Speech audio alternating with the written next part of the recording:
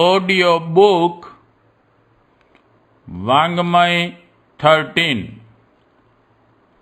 गायत्री की पंचकोशी साधना एवं उपलब्धियां। चैप्टर 4 अन्नमय कोश और उसकी साधना। चैप्टर 4 परिचय इंट्रोडक्शन।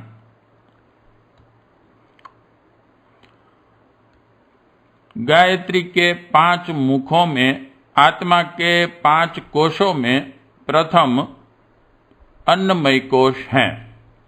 अन्न का तात्विक अर्थ है पृथ्वी का रस।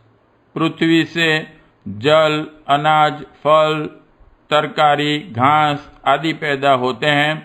उन्हीं से दूध, घी, मांस आदि भी बनते हैं। यह सब अन्न कहे जाते हैं। इन्हीं के द्वारा रज, वीर्य बनते हैं और इन्हीं से इस शरीर का निर्माण होता है। अन्न द्वारा ही देह बढ़ती और पुष्ट होती हैं तथा अंत में अन्न रूपी पृथ्वी में ही भस्म होकर या सड़ गलकर मिल जाती हैं। अन्न से उत्पन्न होने वाला और उसी में मिल जाने वाला यह देह इसी प्रधानता के कारण अन्नमय कोश कहा जाता है। यहाँ एक बात ध्यान रखने की है कि हाड़ मांस का जो पुतला दिखाई देता है वह अन्नमय कोश की अधीनता में है, पर उसे ही अन्नमय कोश न समझ लेना चाहिए। मृत्यु हो जाने पर देह तो नष्ट हो जाती हैं, पर अन्नमय कोश नष्ट नहीं होता। वह जीव के साथ रहता है। बिना शरीर के भी जीव भूत योनियों में या स्वर्ग नरक में उन भूख, प्यास, सर्दी, गर्मी, चोट, दर्द आदि को सहता है जो स्थूल शरीर से संबंधित हैं। इसी प्रकार उसे उन इंद्रिय भोगों की चाह रहती हैं जो शरीर द्वारा ही भोगे जाने संभव हैं। भूतों की इच्छाएं वैसी ही आहार विहार की रहती हैं जैसी कि शरीरधारी मनुष्यों की होती हैं। इससे प्रकट होता है कि अन्नमय कोश शरीर का संचालक, कारण, उत्पादक, उपभोक्ता आदि तो हैं, पर उससे पृथक भी इसे सूक्ष्म शरीर भी कहा जा सकता है। रोग हो जाने पर डॉक्टर, वैद्य उपचार, औषधि, इंजेक्शन, शल्य क्रिया आदि द्वारा उसे ठीक करते हैं। चिकित्सा पद्धतियों की पहुंच स्थूल शरीर तक ही है, इसलिए यह केवल उन्हीं रोगों को दूर कर पाते हैं जो कि हाड़ मांस, त्वचा आदि के विकारों के कारण उत्पन्न होते हैं। परंतु कितने ही रोग ऐसे भी हैं जो अन्नमय कोश की विकृति के कारण उत्पन्न होते हैं। उन्हें शारीरिक चिकित्सक लोग ठीक करने में प्रायः असमर्थ रहते हैं। ऐसे रोगों का समाधान अन्नमय कोश की साधना द्वारा ही संभव हो सकता है।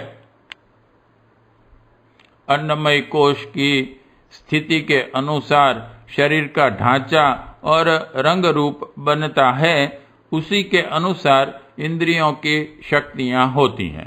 बालक जन्म से ही कितनी ही शारीरिक त्रुटियां, अपूर्णताएं या विशेषताएं लेकर आता है। किसी की देह आरंभ से ही मोटी, किसी की जन्म से ही पतली होती है। आंखों की दृष्टि, वाणी की विशेषता, मस्तिष्क का भौंडा या तीव्र होना, किसी विशेष अंग का निर्बल या न्यून होना अन्नमय कोश की स्थिति के अनुरूप होता है। माता पिता के रज वीर्य का भी उसमें थोड़ा प्रभाव होता है, पर विशेषता अपने कोश की रहती है। कितने ही बालक माता पिता की अपेक्षा अनेक बातों में बहुत भिन्न पाए जाते हैं। शरीर अन्न से बनता और बढ़ता है। अन्न के भीतर सूक्ष्म जीवन तत्व रहता है, वह अन्नमय कोश बनता है। जैसे शरीर में 5 कोश हैं, वैसे ही अन्न में 3 कोश हैं, स्थूल, सूक्ष्म, कारण। स्थूल में स्वाद और भार, सूक्ष्म में प्रभाव और गुण तथा कारण कोश में संस्कार रहता है। जिह्वा से केवल भोजन का स्वाद मालूम होता है, पेट उसके बोझ का अनुभव करता है, रस से उसकी मादकता, उष्णता आदि प्रकट होती हैं, अन्नमय कोश पर उसका संस्कार जमता है। मांस आदि अनेक अभक्ष्य पदार्थ ऐसे हैं जो जीव को स्वादिष्ट लगते हैं, देह को मोटा बनाने में भी सहायक होते हैं, पर उनमें सूक्ष्म संस्कार ऐसा होता है जो अन्नमय कोश को विकृत कर देता है और उसका परिणाम अदृश्य रूप में, आकस्मिक रोगों के रूप में तथा जन्म जन्मांतरों तक कुरूपता एवं शारीरिक अपूर्णता के रूप में चलता है। इसलिए आत्मविद्या के ज्ञाता सदा सात्विक सुसंस्कारी अन्न पर जोर देते हैं, ताकि स्थूल शरीर में बीमारी, कुरूपता, अपूर्णता, आलस्य एवं कमजोरी की बढ़ोतरी न हो। जो लोग अभक्ष्य खाते हैं वे अब नहीं तो भविष्य में ऐसी आंतरिक विकृति में ग्रस्त हो जाएंगे जो उनको शारीरिक सुख से वंचित रखे रहेगी। इस प्रकार अनीति से उपार्जित धन या पाप की कमाई शुरू में आकर्षक लगने पर भी अन्नमय कोश को दूषित करती हैं और अंत में शरीर को विकृत तथा चीर रोगी बना देती हैं। धन संपन्न होने पर भी ऐसी दुर्दशा भोगने के अनेक उदाहरण प्रत्यक्ष दिखाई दिया करते हैं। कितने ही शारीरिक विकारों की जड़ अन्नमय कोश में होती हैं। उनका निवारण दवा दारू से नहीं, योगिक साधनों से हो सकता है, जैसे संयम, चिकित्सा, शल्य क्रिया, व्यायाम, मालिश, विश्राम, उत्तम आहार विहार, जलवायु आदि से शारीरिक स्वास्थ्य में बहुत कुछ अंतर हो सकता है। वैसे ही कुछ ऐसी भी प्रक्रिया हैं जिनके द्वारा अन्नमय कोश को परिमार्जित एवं परिष्कृत किया जा सकता है और विविध शारीरिक अपूर्णताओं से छुटकारा पाया जा सकता है। अन्नमय कोश के अनावरण की, उसे परिपुष्ट एवं समुन्नत करने की अनेक साधनाएं हैं। इस साधना में उपवास, आसन, तत्वशुद्धि और तपश्चर्या मुख्य है। जब इस कोश की साधना चलती है तो ईधिका, दीपिका, मोचिका, अध्यागिनी, पूषा, चंद्रिका,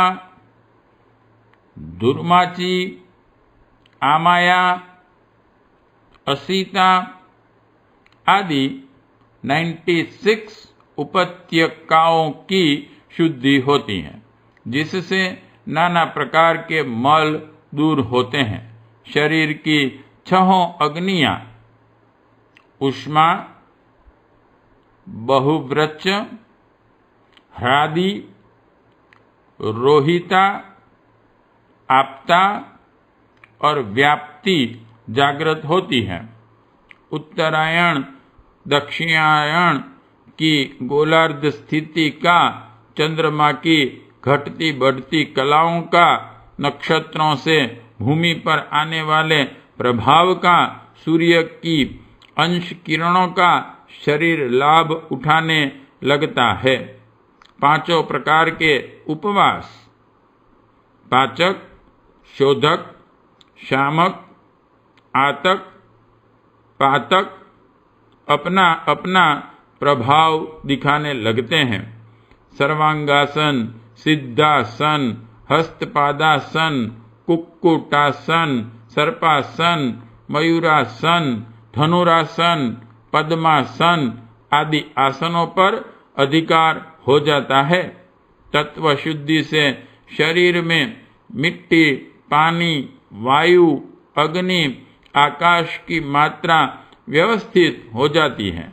पंच तत्वों पर अधिकार हो जाता है और चारों वाणियां वैखरी, मध्यमा, पश्यंती, परा, अपरा अपना कार्य प्रभावशाली ढंग से करने लगती हैं। तप के मार्ग में सरलता होती है। आस्वाद, तितिक्षा, कर्षण, कल्प, प्रदातक्ष, निष्कासन, ब्रह्मचर्य, अजन आदि में कोई कठिनाई नहीं रहती। नेति, धोती, वस्ती, न्योली, बज्रौली, कपालभाति आदि हठ योग के षट कर्मों की आवश्यकता अन्नमय कोश की गायत्री साधना से आसानी के साथ पूर्ण हो जाती हैं।